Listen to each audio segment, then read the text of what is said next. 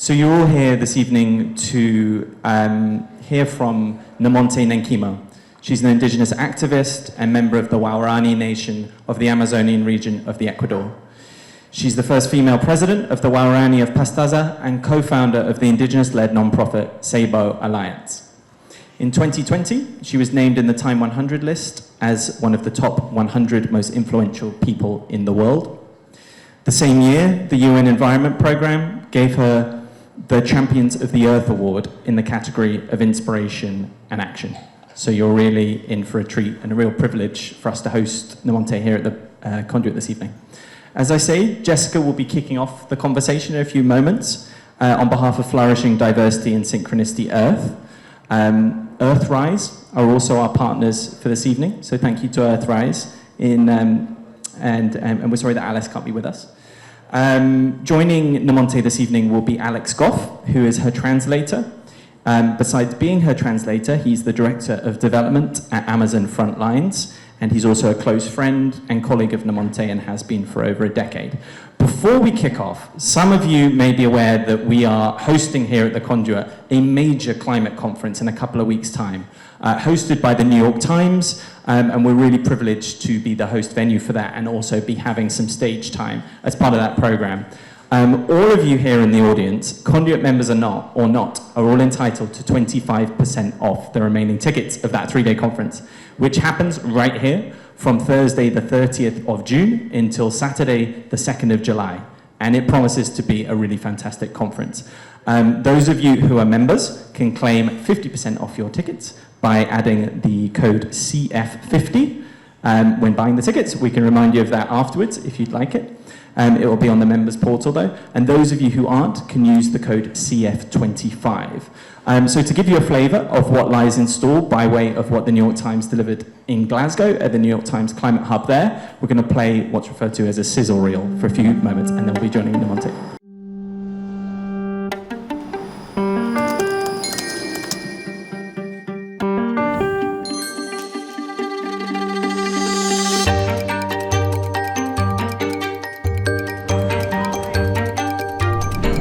Welcome to the New York Times Climate Hub. Over the next few days, we're going to be welcoming business leaders, thought leaders, innovators, and scientists to come work together and discuss how to make actionable climate solutions. The ambition of this kaleidoscopic program is underpinned by our mission, which is to help people seek the truth and understand the world. I think the whole world needs to challenge itself. Science is telling us we are running out of time. The time for talk is over now. It's not a question of the money, it's not a question of the opportunity. It's a question of getting the speed and scale in place so that we avoid a climate emergency. We don't want empty promises, we want real change and real things to happen.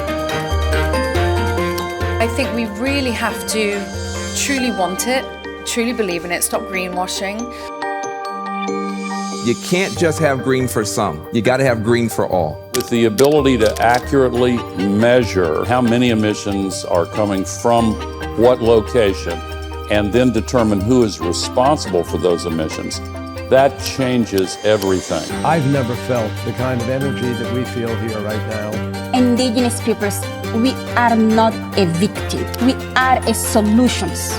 We are the future. I think it's so important that young people let their voices be heard at COP26. What do we want? When we have a view of what we actually want, we realize that we want things to change. The power truly lies within the people, and we need to realize that. Young women are disproportionately impacted by climate crisis. We are the new leaders. We don't have to ask for agency. In the end, we are all facing the same storm, and the climate crisis at some point it will affect all of us. To see how the climate movement is this large force really gives me hope.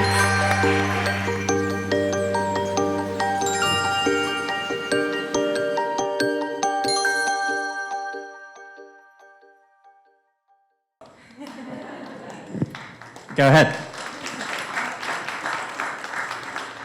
So just to also mention that the solutions stage, which will be part of the New York Times Climate Hub, will be co-presented with Systemic, who are our impact champions. And I think some of the Systemic board are here with us this evening. So welcome to you all. We couldn't have done it without you. So really looking forward to bringing this to fruition in a couple of weeks' time. But without further ado, Please join me in welcoming Jessica, Alex, and of course, Nemonte Nenquimo.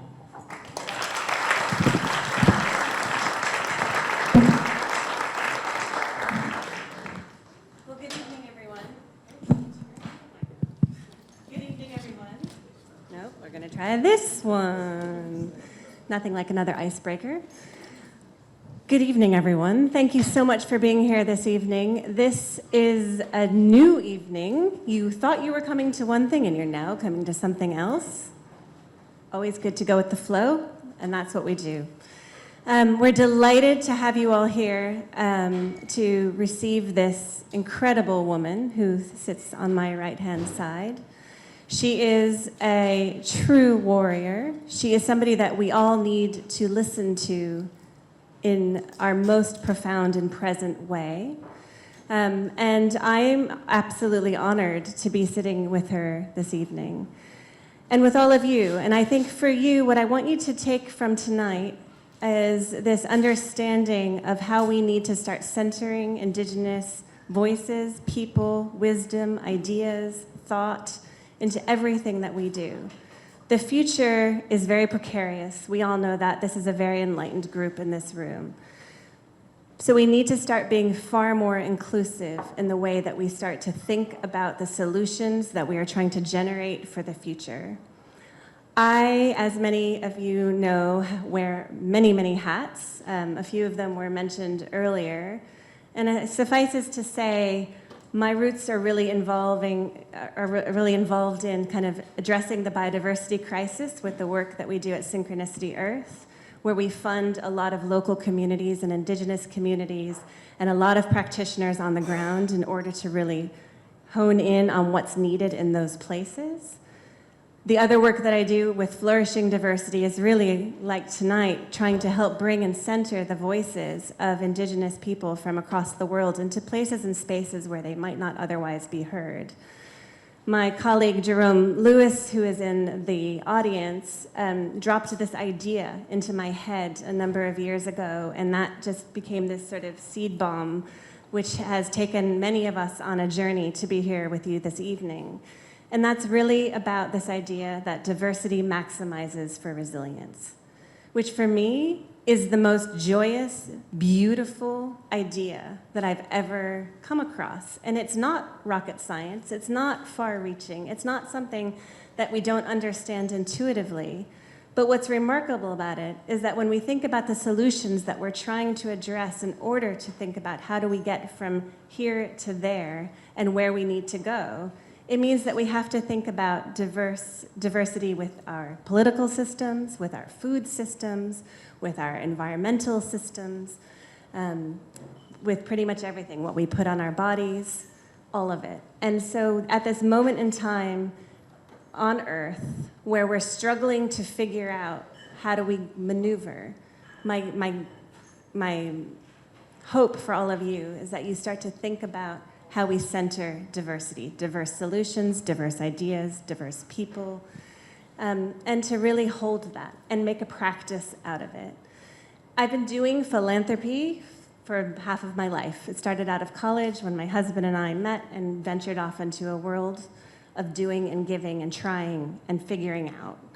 And I think there's something quite interesting and generative about just getting involved, just acting, finding agency in your actions and doing. And so I would like to just plug those little seeds of my seed bomb into your consciousness as you give yourselves the time to really center yourselves and listen to Nemonte. And as you do, just let it resonate and let that take hold in whatever shape it does that's inside of you. Afterwards, we will now, because it's a slightly different event this evening, be calling on you to ask questions. So think about what's coming up for you as you're listening to Nemonte speak.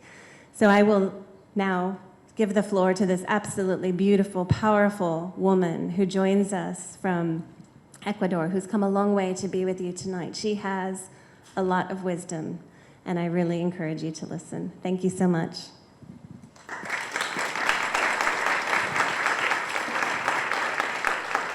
Me merina ni ke gai mai me merina ni ke gai mai me merina ni ke gai mai ke me merina ni ke gai mai ke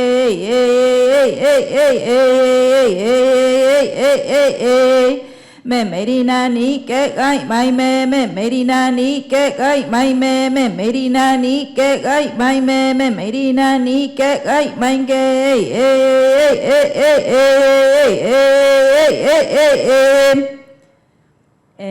mi nombre es Nemonte Nenquimo. Antes de nada, música, mi tradición esa música viene de muchos siglos años. Yo tengo que dar permiso a nuestros ancestros, porque en nuestra cultura no puedo yo introducir mi nombre directo. Nuestra cultura es siempre con nuestros cantos de ancestros para poder conectar y de ahí empezar a introducir. Good evening, my name is Nemonte Nenquimo. Before further introducing myself, I sang a song. It's a traditional Waurani song, goes back centuries. And this song is really my way of asking my ancestors for permission to connect with all of you tonight. Esta música estaba cantando de muchos años, de siglos. Nuestros abuelos cantaban que nuestros abuelos eran sabios que protegían a la tierra, tenían conexión con la tierra madre y respetaban por siglos años. Y ahora yo represento como mujer joven en nueva generación, pero tenemos esa raíz y ese respeto traigo desde muy lejos de mis ancestros aquí. And so this song comes from my ancestors, and it really reflects my ancestors' deep connection and love for our land. My ancestors are gone today, but I, as a young woman, as a young leader, am channeling their spirit and my connection to them.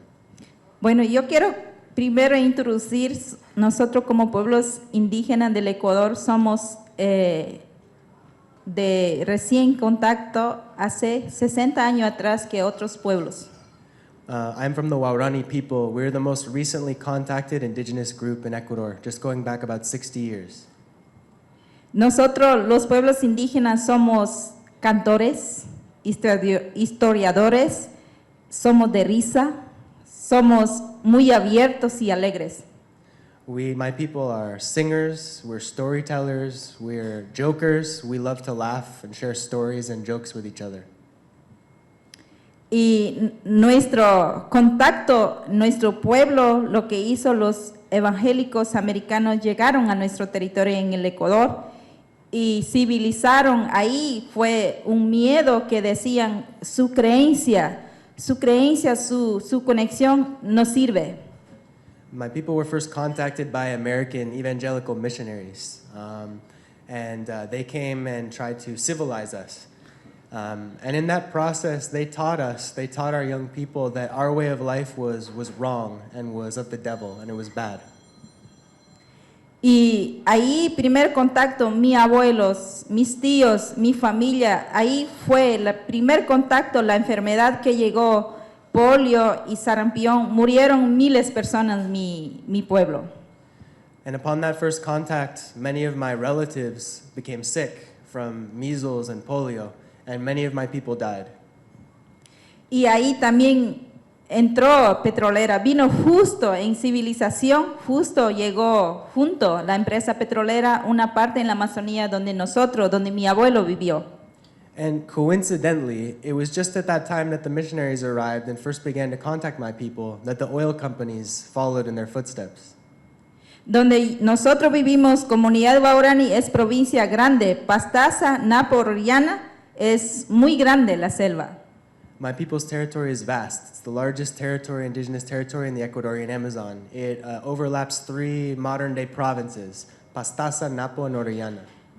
Yo nací en Pastaza, donde yo vengo, es una hectárea de 180,000 hectáreas que todavía no hay extracción petrolera, todavía no hay carretera, es una diversidad grande. Where I come from, where my community is located within our vast territory in Pastaza province, it's an area still free to this day from oil extraction, where the forest is healthy, where there's clean water, clean air, and lots of trees and animals. Y de mi crecimiento con mis propios ojos, cuando soy niña y he aprendido cómo viene la civilización a a ser esclavo al pueblo indígena. Yo crecí, he visto desde niña y viendo, aprendí mucho. As a young girl growing up in this context, but also seeing the impacts of civilization on indigenous peoples, I began to recognize that in its own way, civilization was enslaving indigenous peoples. Y ahí he ido yo en el Ecuador mismo, otros pueblos que primer contacto estuvieron con petrolera. Yo tengo mucha tristeza, tengo mucho coraje que empecé a luchar. As I began to travel and meet with other indigenous peoples from different communities, communities that had a longer history of contact with oil companies, I became furious. I became really upset when I saw how that contact had impacted their way of life. De lo que yo como mujer indígena, como sangre indígena, siento que el petróleo llega para desarrollar en la ciudad grande, pero como pueblo indígena, como mujer, yo veo es solo impacto, enfermedad, impacto ambientes, la naturaleza y también impactos cultural. Y eso es mi preocupación que empecé a movilizar, a luchar. As an indigenous woman, as someone with an indigenous blood in my veins, I see how oil fuels life in the cities, in Western societies. But in our territory, oil just brings sickness and it brings death. And this is why I decided to organize and to fight back. Y ahí empecé, aprendí de muchas mujeres de otras etnias que sufrían de la enfermedad, de cáncer y otras enfermedades. No solamente enfermedades, también enfermedades, alcohol, enfermedades, peleas entre familiar, no había armonía, había muchos problemas y ahí empezando como mujer sentí, donde yo vivo, comunidad guaraní de Pastaza, tenemos 180,000 hectáreas, diversidad, con animales, contactando. Si nosotros permitimos, eso acabaría lo mismo como está pasando con otros pueblos. I saw the impacts of oil in other communities. I saw how people were becoming sick, how women were having miscarriages. And I also saw another kind of sickness that came with the oil companies: alcoholism, domestic violence, the loss of our cultures, and a breaking between the harmony between people and the natural world. Where I live, it's not like this. We don't have oil yet. We protect 180,000 hectare territory where there's rich biodiversity and people still live well. And I realized this is what I need to defend. Yo empezar a luchar, como empezar soluciones, dar al pueblo cofanciona, porque ellos no tenían agua donde bañar, no tenían donde tomar. Ahí empezamos con un proyecto de agua, sistema de lluvia, y ahí fue movimiento como una mujer joven de empezar a luchar, de empezar a unir. And so I began to connect with other indigenous peoples, the Kofan, the Siona, and the Sequoia, who were dealing with decades of oil contamination. And we began to think about solutions to this problem. And so together we organized, we began building rainwater catchment systems to provide access to clean, safe drinking water in their communities, in communities impacted by oil. Y justo mientras yo estaba trabajando, hubo un derrame grande en la Amazonía del Ecuador, en norte, y no había soluciones, y no había impacto ambiente que se limpia, se quedaba meses contaminado y las mujeres bañaban ahí. Y yo me preocupé y empecé a llorar y dije como mujer, ¿dónde está la tecnología punta que dice que no puede contaminar el río, impactos ambientales? Y ahora, ¿dónde, en qué mundo estamos viviendo? Y empecé a llorar y empecé a movilizar y empecé a crear una fundación indígena. It was during that time that we were working on this clean water project between 4 different indigenous nations that there was a massive oil spill, the biggest oil spill in 15 years, into one of the most important rivers in the Ecuadorian Amazon. And I saw how communities, it completely contaminated the clean water that they still had access to, where their children bathed, where they got their water for drinking and for cooking. And I saw how the oil company did nothing. It took months and months and they had no response. And I began to ask myself, how can this be the result of an industry that claims to use the most modern, up-to-date technology to extract oil in the safest way? I realized that there's really no safe way to extract oil. And I decided we have to stop this at the source. We have to confront the industry that's causing this harm. And I began to organize and work with other indigenous peoples to start our own organization. Y ahí empecé cómo llevar a las mujeres de Pastaza, a los niños, a la comunidad en la presencia de petroleros cómo viven. Y hicimos un intercambio. Yo llevé mi tierra como nosotros vivimos, armonía, compartimos, reímos, cantamos, vivimos sano, y esa era unión. And we began to unite by having exchanges where people from communities in my territory who had been living a life removed from oil traveled to communities further north and could see the impacts of oil in other indigenous communities and what oil did to those communities as a way of educating them about the harm of this industry. We also brought people from communities that had been living with oil for decades, brought them into our territory so they could see what there is to lose as well and what life in a healthy forest really looks like, how we hunt, how we eat, how we are healthy and share laughs. And this was a really powerful part of movement building in the early days. Ahí justo cuando empezamos a luchar, unir con otros miembros de las personas que vivían afectados, empezamos a hacer una mapa territorial con los ancestros, porque yo ya presentí que el gobierno ecuatoriano, sin hacer consulta a nuestro territorio, ya estaba negociando con empresas, con otros países, sin consulta, consentimiento a nuestro pueblo, comunidad guaraní de Pastaza. And in recognizing everything that our territory contained, we came up with a plan to map our lands, but to do it ourselves as indigenous peoples. And it was during this time that we were mapping our territory, documenting all of the richness and wealth within our territory, that we learned that the government actually had plans to auction off our lands to oil companies. Y ahí empezamos importancia a dibujar, igual que como ustedes ven aquí en la ciudad, mercado, farmacia, ferretería, es lo mismo para pueblos indígenas. En la Amazonía es lleno de vida. No es como que hablan los capitalismos, los industrias, los gobiernos, ve, la selva es verde, no existe vida, dice, pero para nosotros es lleno de vida, hay diversidad para curar las plantas, para conectar espiritual, para vivir conectado con los animales, y nosotros comunicamos como pueblos indígenas. For us, our territory, it's like the city is for all of you. It's where our pharmacy is, it's where our market is, it's where we get everything we need to live. For the government and for outsiders, our territory is presented as a large green space, a series of overlapping oil concessions, a place to extract resources. But for us, our territory is everything, it's full of life. Y cuando empecé a hacer una reunión, asamblea grande, y decidimos, y otras familias, otros etnias decían, Nemo, no vas a poder ganar contra el gobierno es grande, el gobierno decide el derecho, el gobierno, tú con pueblo pequeño salir contra, y nosotros dijimos, nosotros no hemos hecho nada contra el gobierno, nuestra selva es nuestra casa, nuestra decisión, y lo vamos a ir la verdad y lo vamos a hacer respetar, y eso encabezamos la unión con otros pueblos, ganamos. And so we knew what we needed to protect. We needed to protect this land that gives us life. The government had these plans to auction our lands to oil companies, and they never consulted with us. And so I organized the big assembly, gathering all of the communities that would be located within this new oil block, and we made a decision, no extraction on our lands. And it was at that time that we were talking with other people, and they said, Nemonte, the oil company is so big, it has endless resources. You're a small indigenous community, you're a small group of people, you're never going to be able to defeat the government. But we stayed firm in our decision.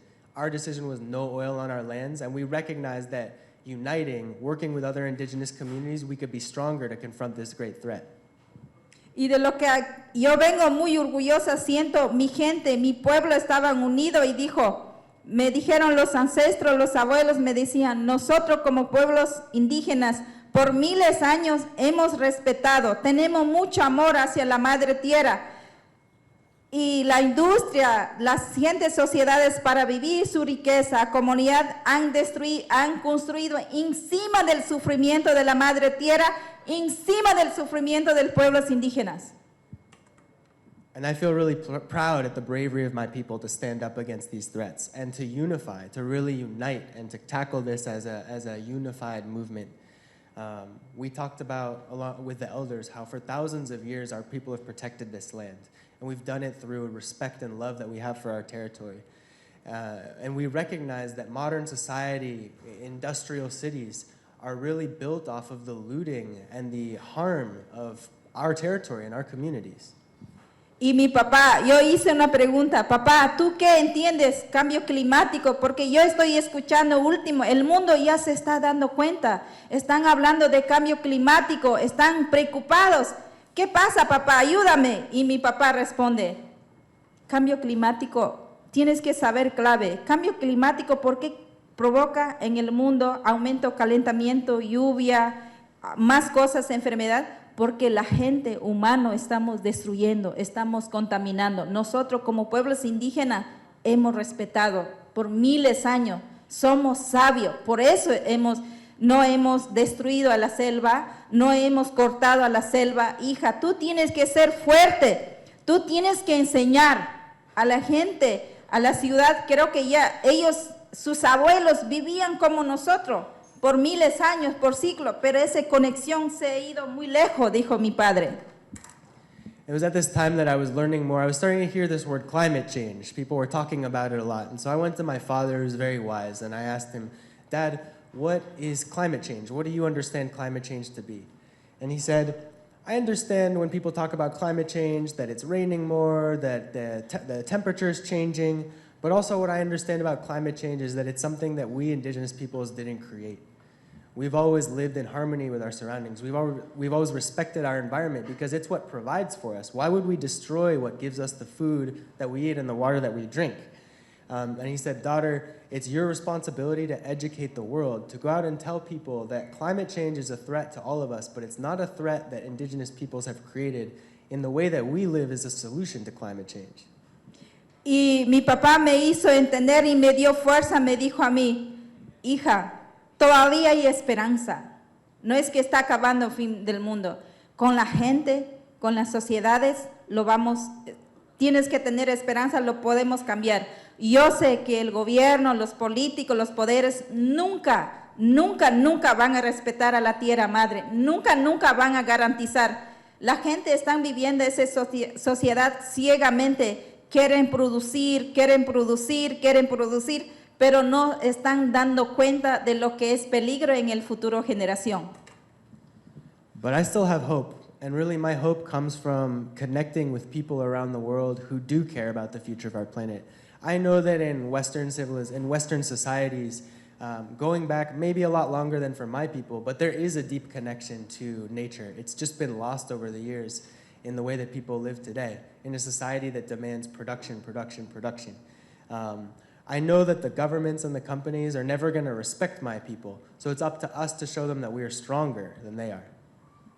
Y eso, como mi papá dijo, eso como yo viajando como mujer indígena he sentido como muchos eventos, muchos ministerios, muchos gobiernos hablan solución para proteger en Amazonía, pero en realidad yo veo como mujer no hay apoyo directo en las comunidades, solo hablan en la mesa, hablan en política, pero se olvidan. No siento esa conexión, no siento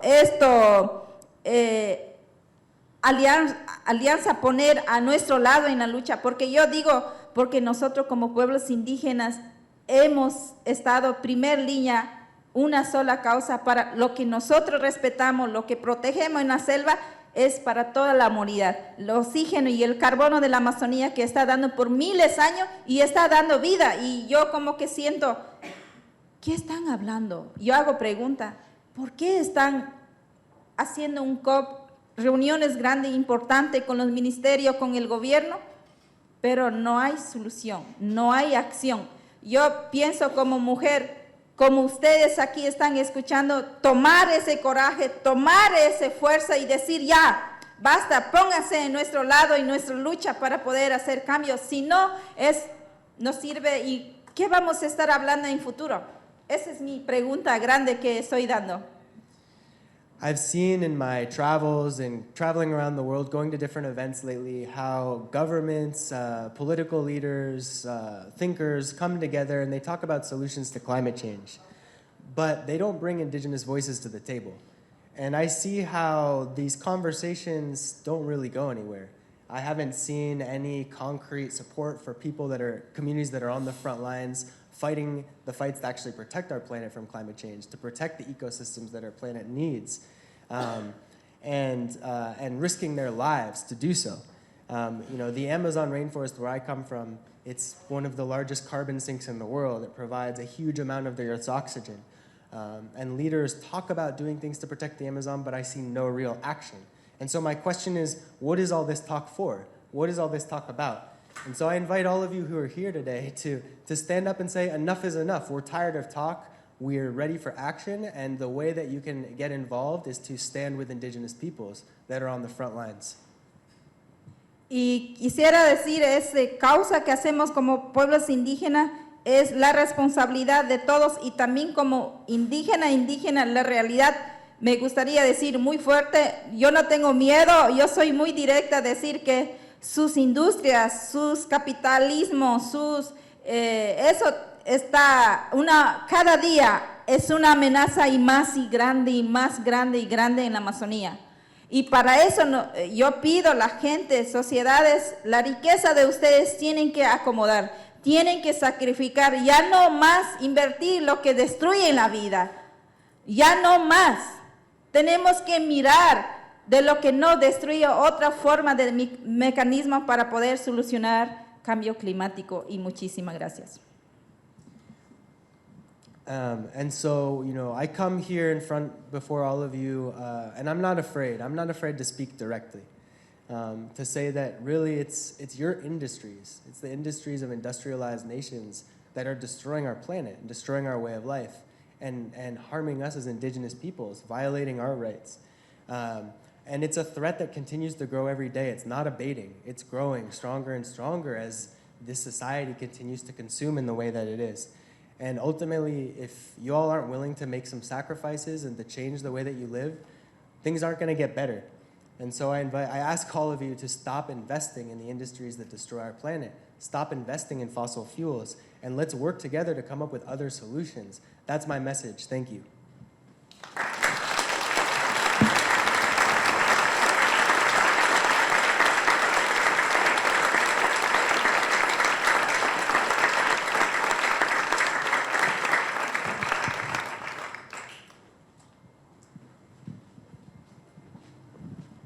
Did you hear that? Did you take it in? Nemonte, this is a relatively enlightened crew in this room. It's a social impact club. We have a lot of business leaders, finance leaders, philanthropists, and pretty much do-gooders in this room. People who would consider themselves to be on that leading edge of change. So knowing that, and knowing that we need to stand by you better, what does that look like for you? Nemonte, pues reconociendo que aquí en la sala hay gente con mucha conciencia, realmente, gente educada, hay líderes en diferentes industrias, ¿no? Negocios, organizaciones que están haciendo bien, quieren tomar acción, han tomado acción. Reconociendo todo esto, ¿qué es tu mensaje para nosotros aquí? ¿Qué es lo que podemos hacer o debemos hacer? Yo pienso ahí, la respuesta es hacer acción y apoyar directos a los pueblos, a la comunidad base, porque yo me preocupa mucho, es como hay muchos diálogos en la mesa, como en COP, participando con las grandes organizaciones para soluciones en Amazonía, en Fondo Verde, dice, en realidad están invirtiendo solo en política. Yo siento como que es como un engaño que estamos hablando, no hay solución. Yo diría el mensaje es como apoyar directo a los pueblos indígenas que están en línea luchando y también educar a sus hijos, porque el futuro en la mano es sus hijos, que van a proteger, que van a cuidar, y también relacionarse con la madre tierra. Eso, porque yo siento, llegando acá, la realidad con la Amazonía, es como muy lejos, siento muy lejos, pero en la tierra es como una conexión. Yo en la mañana levanté, durmiendo en hotel, abrí en la ventana y tomé el aire, le dije, gracias aire por dar la vida, necesitamos más vida, y para eso, ¿qué tenemos que hacer? poner a accionar, poner a alianza a ser nuestro lado, no más donde destruye, donde no más invertir, donde no llega el apoyo. Ese es mi mensaje. I think my first response to that question is support frontline communities. Invest in Indigenous peoples that are on the front lines, risking their lives. I've seen so much talk about investing in Indigenous peoples, but that money, from what I can see, mostly stays in the cities, or it just goes to big organizations. It doesn't reach the frontline communities that are really the most impactful in this fight against climate change. So that's my first thing, invest in Indigenous peoples on the front lines, donate to front lines, groups, and community efforts. And my second message is educate your children. The future decision makers of this world are going to be your children. They're the ones who are going to determine the fate of our planet, ultimately. And I know that the reality here in London is very different from the Amazon, but I want to tell you that we're all connected. This morning I opened my window and I took some deep breaths and I said, thank you, air. Thank you, air, for giving me life. And I felt that this air is the same air that I breathe in the Amazon. There's just one planet and we're all sharing it. And so it's really important that we join together because this is about the future of all of our children. Y también visibilizar, eso falta porque yo imagino que luchas que hacemos en el Ecuador, creo que casi en Europa no hay visibilidad que no conoce, eso es muy importante. And the third thing is to visibilize our struggles. Tell people you know about Indigenous fights, about our struggles in the Amazon and around the world. Share information that you get about Indigenous struggles. Help raise awareness to our fight and the role that we play in protecting our planet.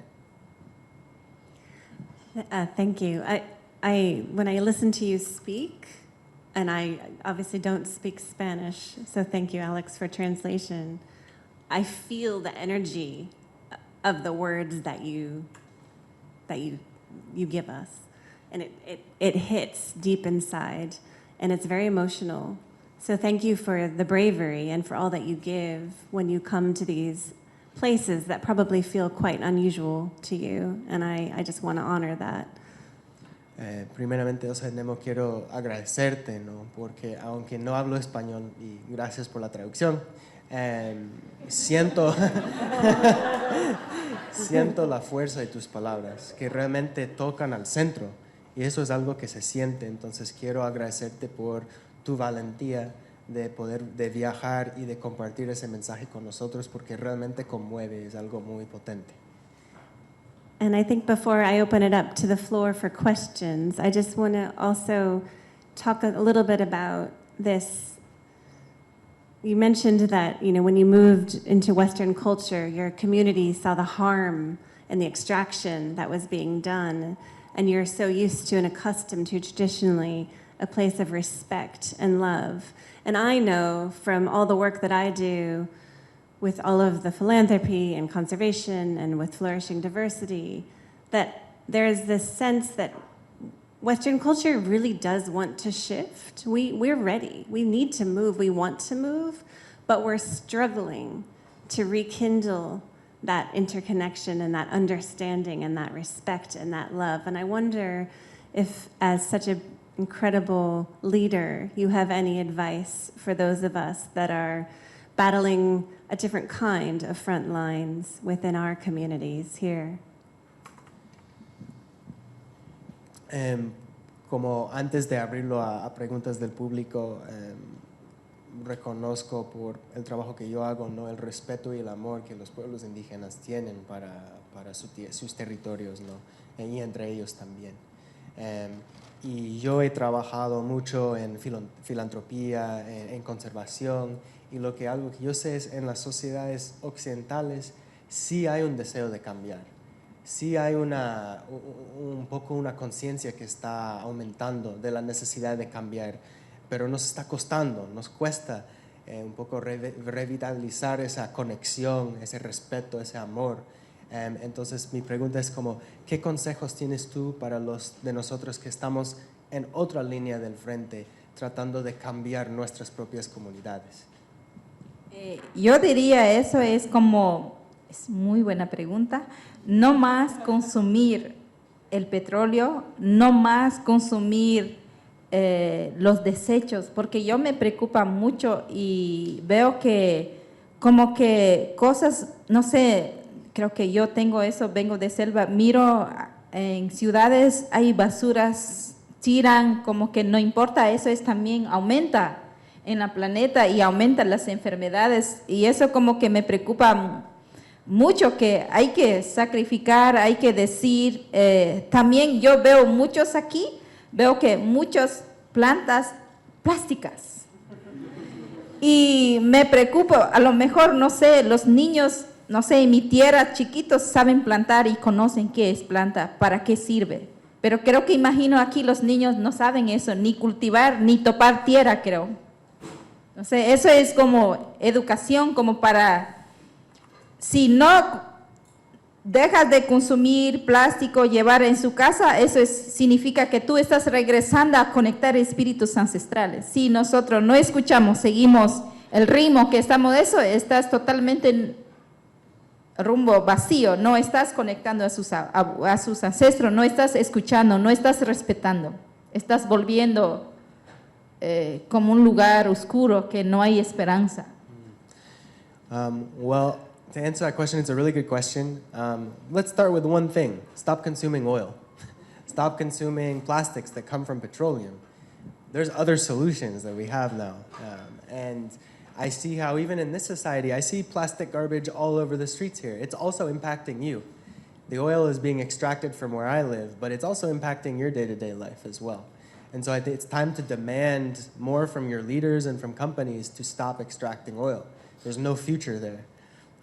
I've also seen here in my travels in Europe, I've seen a lot of plastic plants. Maybe there aren't so many in this room, but I've seen plastic plants on the table, and to me this is something that's so strange because where I come from, raising plants is really a way of living our connection with the natural world. It's something we teach our children to do. And if you have plastic plants, what are you teaching your children? What are the values that you're instilling in your children? So I think this goes back to my point about the need to educate children and to help them rekindle that connection with nature by allowing them to have experiences like being out in nature, interacting with plants. This is super important. If we don't do this, then we're not listening to the wisdom of our ancestors, and we're heading to a very, very dark place where there's no return. Thank you. So I'd like to turn it over to the floor. I hope some of you have some questions that you would like to ask. I have no idea what time it is and how much time we have, but I'm gonna, yeah. Please just introduce yourself very briefly. Hi, my name's Natasha. I'm a Conduit member and very, very grateful to be here this evening. Thank you for your time and for talking to us so personally. My question is about the oil industry. I have nothing to do with it. I just want to clarify. But is there a world in this interim time where constructive conversation can happen, given that it does feel like we are in a climate crisis and things need to be done urgently and complete boycott is not going to happen tomorrow? Constructive conversation with oil companies? Yeah. La pregunta es, pues, primeramente, gracias por estar aquí. Ha sido un gusto escuchar tus palabras. Y sí, como reconociendo que el petróleo causa daño, ¿no? Y nos está llevando a una crisis climática, pero también reconociendo que estamos en un punto entre medio, ¿no? En que dejar de consumir totalmente no es en este momento posible. ¿Tú crees que una conversación, un diálogo con las empresas petroleras es posible? Yo creo que con las empresas petroleras conversando no creo es posible. Lo que yo he visto es la unidad nuestro, aunque eran muy mínimos pueblos que somos 5%, los pueblos indígenas, la unidad nos hizo temblar la posición que estaba gobiernos y empresas. Yo creo que ellos, los empresarios, gobernantes, políticos, no cambian esa idea. Son ciegos, quieren ir más y más y más. Esa es mi preocupación y grave que he visto en toda Latinoamérica. Los presidentes lo único que dicen es invertir, sacar más barriles. Por un ejemplo, el presidente del Ecuador, yo vi en noticias, yo justo estaba dando luz y COP no podía ir presentar. Y el gobierno ecuatoriano estaba hablando con los ministerios, con medio ambiente, con gente que hay que conservar, hay que salvar. habla bien bonito, pero cuando regresa a su país está diciendo, hay que invertir 500 barriles más para soluciones, en cambio, para desarrollo. O sea, ¿qué presidente tenemos? Que él va a otros países y dice, apoyemos, y está dando la mano, pero cuando llega a su país dice, hay que explotar, porque selva verde, los indígenas no saben cómo administrar, tienen de gana en vacío. Eso yo creo que no, esa pregunta es que petróleo, los empresarios no van a tener idea cambiar y quieren siempre sacar. So, unfortunately, from my perspective, I see oil companies and complicit governments as really, really stubborn and very blind. And I don't think that we're going to change them. You know, they're thinking about profit. So I don't think there's much negotiating we can do with oil companies. I see how the president of my own country, Guillermo Lasso, was in COP in Glasgow last year, talking about the need for a just transition and talking about investing in green energy. And what did he do when he came back to Ecuador? He made an announcement. He issued 2 executive decrees to double oil extraction in the Ecuadorian Amazon and to greatly expand mining, saying that we need to, before this transition happens, we need to get every last drop out of the earth. Where is that oil? It's in indigenous territories.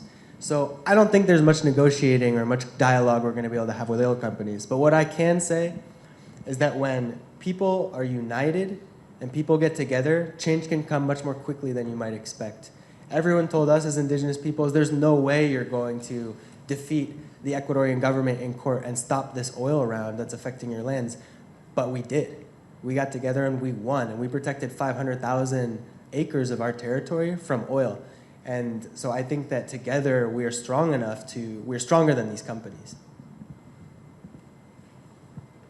Hi, my name is Kat. I am a supporter of Amazon Frontlines. I'm really impressed by your work, thank you. I want to know, on your personal journey, when was the moment where you said, you know, enough is enough? What was the sort of pivotal moment when you decided to jump into action? Hola, yo apoyo a Amazon Frontlines, entonces me encanta el trabajo que ustedes hacen. Mi pregunta es, ¿qué fue para ti el momento en el cual ya diste basta?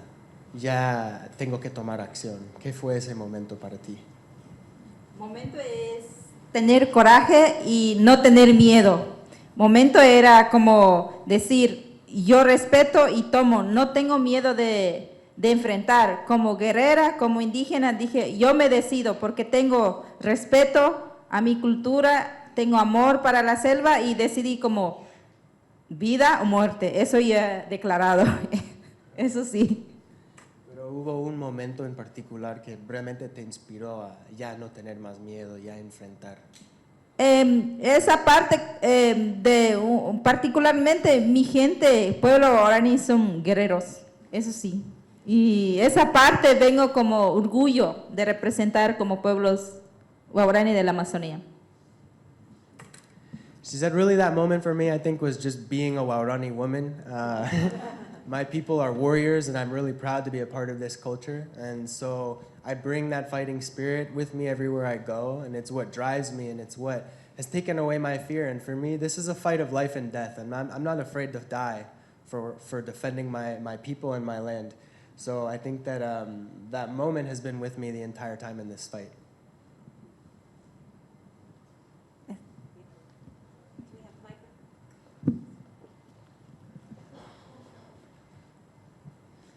Hello, good evening. My name is Aude. I wanted to ask you, I think we in the rich West, we have lost the knowledge of how to live in harmony with nature. And I was wondering, first, do you think it's possible to live in cities and in a market economy and to be respectful of nature? And second, maybe in your experience of seeing some other indigenous cultures who in contact with the destructive economies impinging on their forests, and maybe 1 or 2 generations losing that knowledge, is it possible to find it again? Thank you. Mi pregunta es, son dos preguntas, realmente.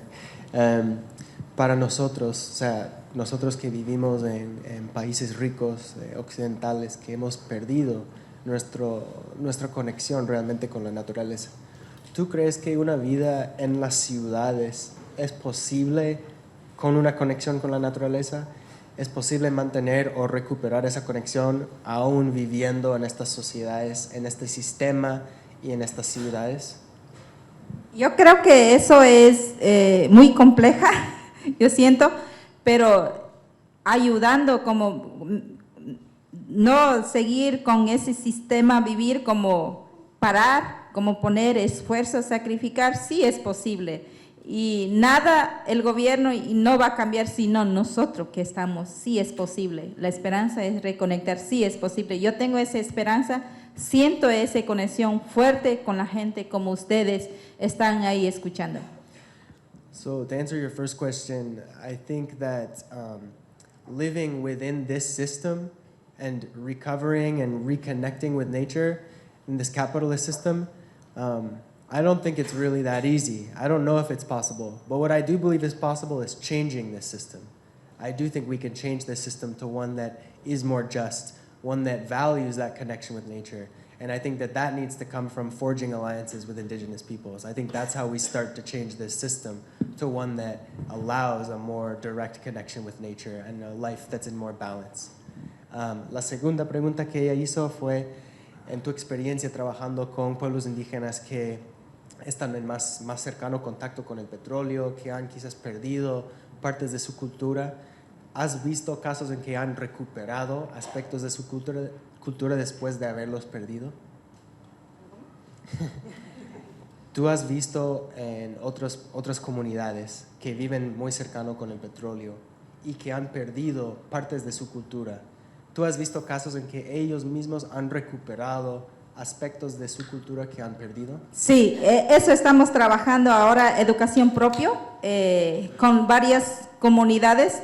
Estamos intercambiando y estamos haciendo un currículo y estamos rescatando ese cultural con los abuelos. Ahora más que todos estamos poniendo a trabajar con los mayores, escribir, hacer documentales. A los jóvenes mismos estamos haciendo partícipe para que esta recuperación lengua recuperen la vivencia, la conexión, porque ha habido un impacto muy fuerte en la presencia de petrolera. Ha llegado división, pelea, alcohol, muchas cosas que nunca hemos visto y estamos trabajando mucho, más que todo con mujeres, con niños, con abuelas para recuperación, pero sí dado positivo y por eso yo siento que sí es posible. To answer your second question, yes, I have seen examples of communities being able to recover aspects of culture that have been lost among the younger generation. Even in my own community, there is a knowledge gap between the elder and the younger generation.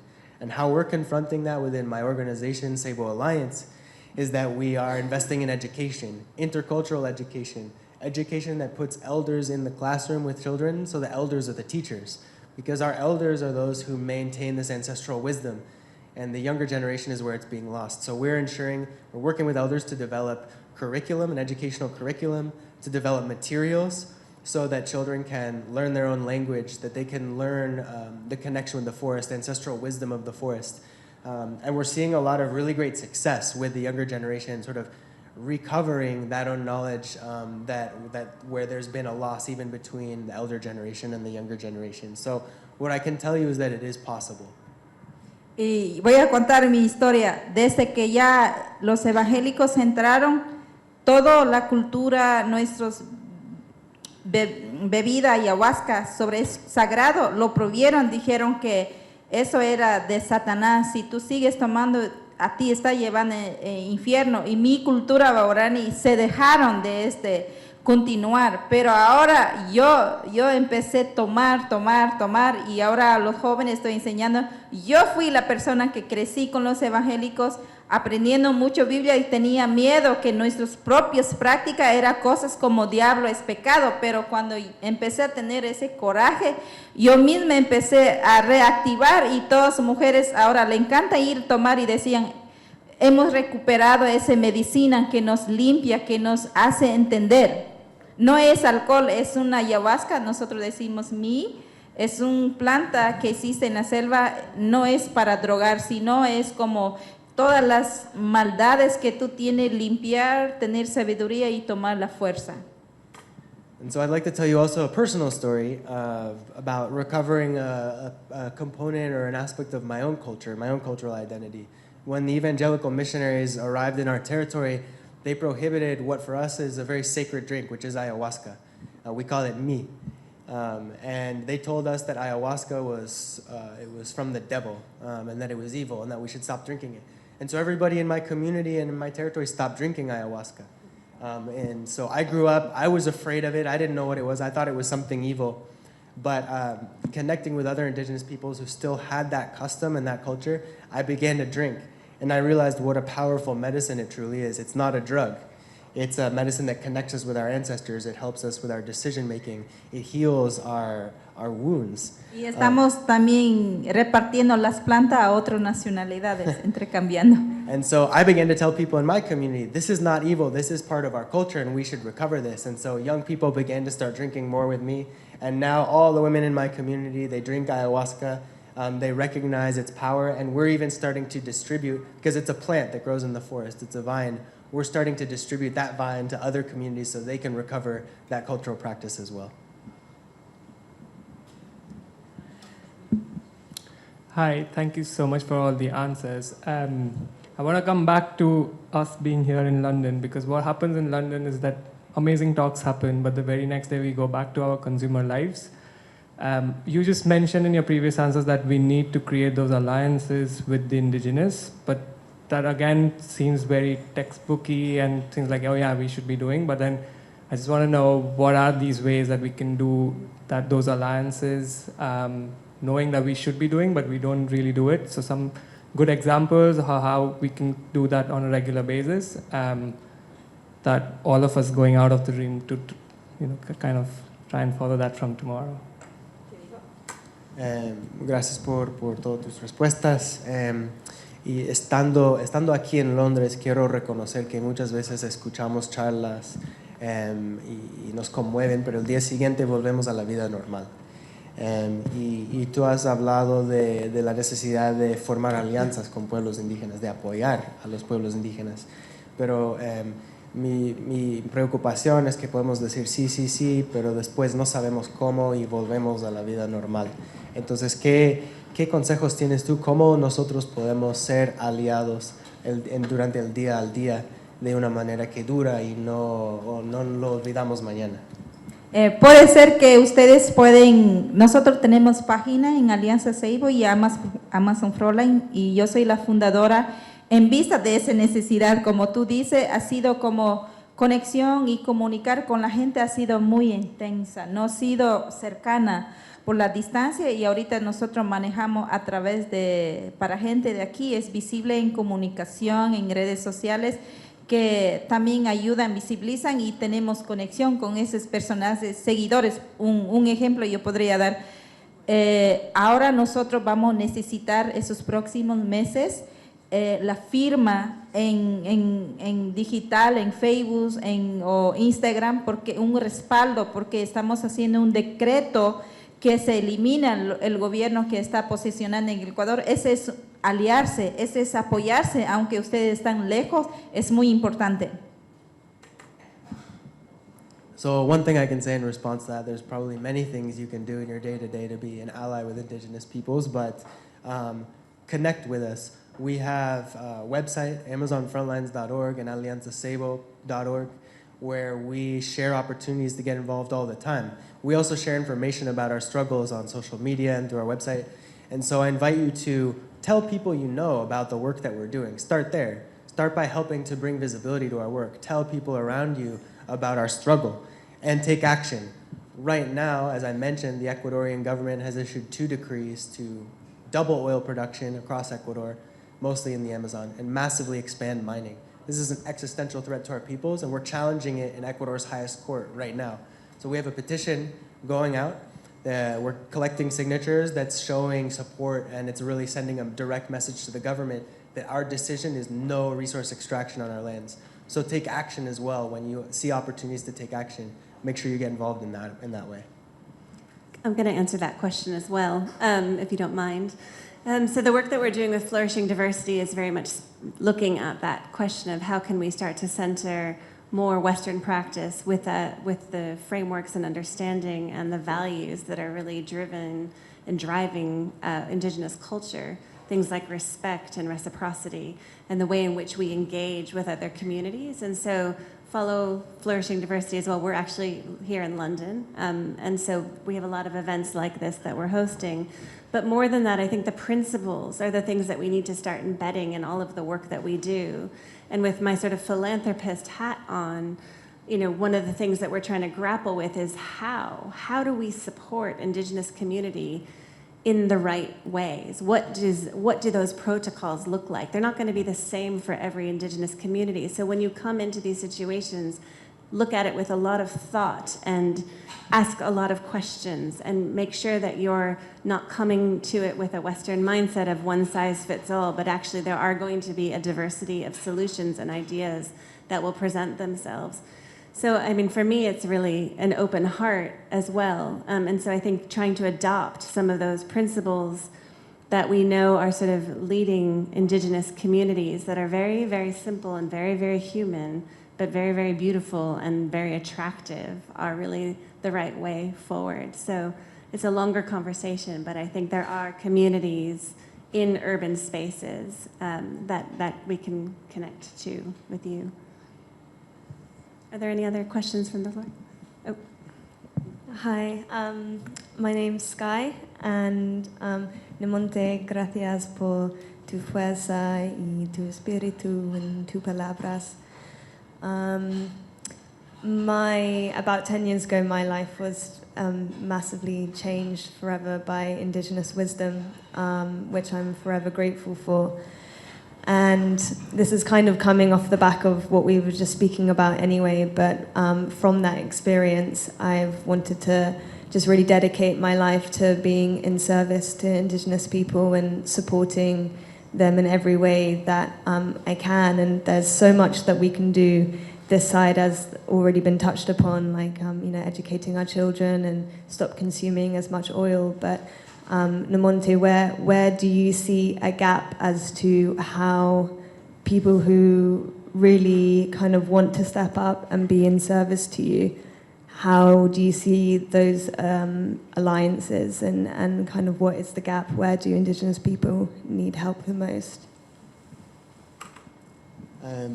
Hace 10 años explicó que la sabiduría indígena ancestral le cambió su vida y desde entonces ha querido dedicar su vida, ¿no?, a estar en servicio a pueblos indígenas. Y reconoce que hay mucho por hacer y tú ya has dicho bastante, ¿no?, sobre la visibilización, educando a la gente, sacrificios. Pero aparte de eso, ¿dónde ves alguna brecha, alguna necesidad de apoyo y cómo nosotros podemos ayudar a llenar esa necesidad? Es como hacer alianza y seguir nuestras organizaciones, porque nuestra organización Alianza Save Amazon es nuevo modelo que hemos construido por la necesidad de estar conectado directo con las comunidades y luego hacia el mundo, porque muchas de las veces hay muchas organizaciones competentes que hacen, pero en realidad no llega apoyo, solo es mesa y en la ciudad, en la oficina, pero el apoyo donde nosotros estamos apoyando en primera línea no ha habido. Y es una oportunidad de conectar a las bases de esa organización modelo que están haciendo. Nuestro trabajo en 10 años ha habido muchos resultados, no solamente ha sido solamente hablar y visibilizar, sino tenemos apoyo de las comunidades con pequeñas iniciativas, con proyectos, y ahí parado. Eso ha sido el nuevo modelo y tienen que ver esta organización muy 10 años de experiencia que ha tenido esa experiencia, esas personas tienen que ayudar o visibilizar o conectar a otras organizaciones grandes que recaban fondos y hablan mucho de filantropía, pero en realidad no llega muy poco directo en las comunidades que hemos visto también. Ese es un problema grande también que siento yo. I've seen so many people supporting, donating to big organizations where the money never reaches frontline communities. So one thing I would say to you is support community-based organizations. Support communities that are, organizations that are working with communities on the front lines. Something that's different about Amazon Frontlines and Cebu Alliance, the organizations Nemonte co-founded, is that they work hand in hand with communities at the community level. And over 10 years, we have a lot of results to show for our work. It hasn't all just been talk. And the funds really reach frontlines communities. And so I would start by saying, beyond just taking action online, following us, connecting with us, sharing information, helping visualize our struggle, it's think about where you're investing your money as well and what organizations you're supporting, and support frontlines communities. Hi, I'm Pajani. I'm from Amazonia Impact Ventures. And I wanted to come to this lady's question and your gentleman's question. I felt like this, just like you, a few years ago. And I was on this journey to find out how we can help through businesses. And one of the ways that we figured out how to do this is to empower the indigenous communities and indigenous organizations. Because if you start creating social enterprises coming from the Amazon rainforest, you start defossilizing money in the long run by showing that these businesses are sustainable. These indigenous people then can protect their own land. Then you apply a blended capital model where finance, debt, equity, grants all work together to empower the indigenous communities. They can use lawyers with the grants to protect their land against government. There are multiple ways you can help. And if you don't want to create an impact-led business, you can vote with your feet by choosing to consume the right product. And collectively, that has a much bigger impact than any government or anything can do. So I highly encourage, if you really feel like that, go on the journey and find out what you can do. And don't just say, oh, can't do anything because the government can't, is not doing anything. But you as an individual, you have the power to create and move things. So there are a lot of ways in the new economy, and the indigenous communities is part of that. And we've proven that you can actually commercialize it in a very healthy way. A commercial in terms of these, many of these indigenous communities are already producing a large part of deforestation. Sir, excuse me, is there a question for Nemonte there? Oh, no, this lady. Oh. Yeah, but did you have a question? Sorry, we couldn't hear you, so. Yeah, it's a tricky word, that one, huh? Raised a bunch of hairs on my social enterprise neck. Do you want to respond at all? No. Okay. Any other questions from the room? I see someone with their hands over. I also have a question. I'm just sitting next to him. Oh. I'm Marie, and thank you so much for your I'm just going to say. Muchas gracias por tus palabras. I wanted to ask, how do you imagine the future to look like in the best possible way? Mi pregunta es, ¿cómo ves el mejor futuro posible? ¿Qué sería para ti el mejor futuro que puedes imaginar o puedes visualizar? Yo pienso en el foro, encuentro, hay que hacer partícipe a los pueblos indígenas que realmente trabajan en las bases, que están en la primera línea resistiendo, porque muchas de las veces yo siento también hay ciertos indígenas, solamente van encuentros, organizaciones grandes, hablan, diálogo, es igual como interés personal. Eso a mí no me ha gustado porque yo vengo de selva, estoy ahí de pie luchando y luchando ahí con mujeres, he sentido esa necesidad. Y eso haría cambio, porque muchas de las veces yo estoy escuchando en las mesas grandes de cambio climático, de medio ambiente, pero no hay partícipes indígenas en Latinoamérica. Eso es como hay que dar una oportunidad. La gente, las lideresas que realmente lucha colectividad que está a sus pies de este territorio, ellos tienen que participar y también toma de las decisiones, no permite a los pueblos indígenas que tomen, sino toman las decisiones son otra gente y eso no es solución para mí. For me, I would like to see more indigenous peoples in decision-making spaces, more indigenous peoples at the table, and not just indigenous peoples as a blanket, but people who are directly connected, who have their feet planted in the communities. a lot of times indigenous leaders that live in cities that don't really have a deep connection with the communities are the ones that are brought to Glasgow. But their words ring hollow for us who are working, who dedicate our lives and who spend our lives in the communities. So I want to see more leadership and more decision-making power for indigenous peoples at the community level and in spaces of government and climate-making decisions across the world. Oh, at the wall. Bueno, muchísimas gracias, Nemonte. Te quería dar las gracias porque, bueno, yo soy colombiana y obviamente esto me toca el corazón y yo creo que a todos obviamente nos llena de felicidad escucharte porque tienes mucho coraje. Y te quería preguntar cómo trabajas con otros líderes indígenas, porque tú representas hoy a tu pueblo, pero también representas Ecuador, también representas a Colombia, a Brasil, a toda América Latina y bueno, al final es una voz que también representa los indígenas a nivel mundial. Entonces, bueno, I'll let you translate that bit. ¿Cómo era la pregunta? Era como la pregunta es cómo trabajan en conjunto. Yo voy a decir que de lo que yo empecé a fundar en el Ecuador son indígenas, pueblos minoría. Hay en el Ecuador indígena muy grande, como Shuar, Quichua, son grandísimos territorio tienen, y de lo que yo experimenté con los pueblos pequeños, donde está afectado demasiado, que no tienen solución. Y ahí, ¿por qué hice eso? Porque para poder alianzar, fundar y experimentar, hacer cambio cultural con mi gente que vive en la selva verde grande y los que tienen territorio muy pequeño y perdiendo su cultura, eso, la unión se hizo más fuerte, como compartir. Mira, yo tenía territorio grande, ahora como estoy viviendo con mi gente, con enfermedad, no hay solución, y ustedes tienen grande, y de eso tenemos que unir y proteger. Eso era más fuerza que dio en esa lucha, y yo estoy pensando,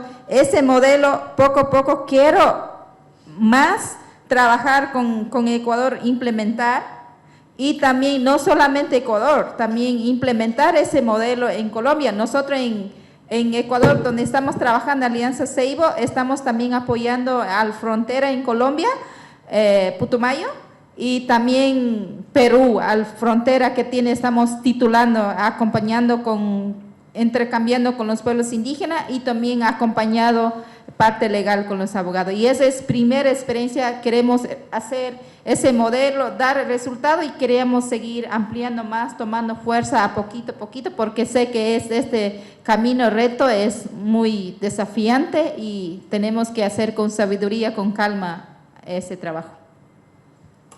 So the question basically was, how have you worked with other indigenous peoples? And Nemonte's response was, we started in Ecuador by bringing together 4 different minority indigenous nations. Across the Ecuadorian Amazon, there are many different indigenous nations. Some, like the Shuar and the Quichua, are vast. They have a lot of political power, and they control large territories. And so I wanted to work with indigenous nations that were most impacted by oil contamination and had the least voice in the public sphere.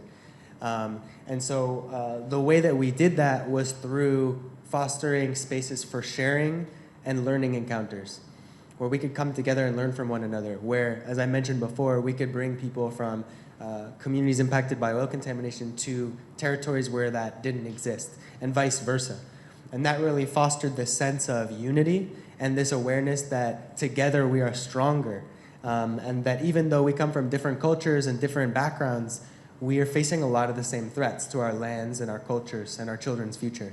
And so bringing people together is really how we started that dialogue. And my goal is to expand this work and to use that same model to expand across Ecuador and into other Amazonian countries.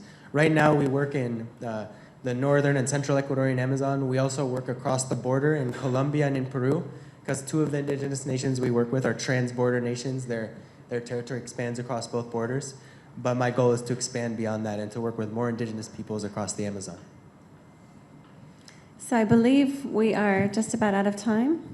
I just wanted to ask you, Nemonte, if you had any final words that you wanted to leave everybody with before we close this event. Ya estamos casi a tiempo, pero quería primero preguntarte si tienes algunas palabras finales para la gente aquí, algo más que quieres decir. Yo tengo aquí algunos finales, es como ya no más pueblo, no solamente hablo pueblo Ecuador y mi pueblo, sino ya no más solamente pueblos indígenas defendiendo a su Amazonía, defendiendo eso, es como que me siento cansada, sería súper mejor, es como todas las sociedades aquí, Estados Unidos, Europa, donde sea que estén, como unir, ponerse al lado nosotros, como enfrentar, luchar con coraje junto con nosotros, eso sería que mejor, porque nosotros eso sentimos, que eso falta la conexión, la unidad, la fuerza, sí lo podemos hacer. Eso es como, y también visibilizar, y también yo les invito, si no creen en mi trabajo, que vengan en nuestra organización en el Ecuador y que visiten las comunidades. Eso lo va a hacer cambio. Yo siempre le invito que, no conociendo, no entienden, creo que es necesario que vayan a visitar nuestra lucha y nuestras culturas, nuestra selva, para mirar y respirar, decir, Nemo dijo verdad, tenemos que hacer algo. So my final message for you all tonight really is that the fight to protect our planet and the fight against climate change is not just the responsibility of Indigenous peoples. We're risking our lives and we're fighting and we're tired. And it's also up to people around the world to join us. It's not just our fight to fight alone. So I ask for your support. I ask you to stand in solidarity with Indigenous peoples. Solidarity is what gives us strength in our fight too. When we were taking on the Ecuadorian government and the oil companies, it was support from people around the world that kept my people going. And so that's what I ask. And I also say, connect with Indigenous peoples, get to meet Indigenous peoples, visit the Amazon, see the work that we're doing so you can see it with your own eyes. And then you'll know I'm not just up here talking and saying a bunch of nonsense, but that our work is real. Well, you have me. Thank you.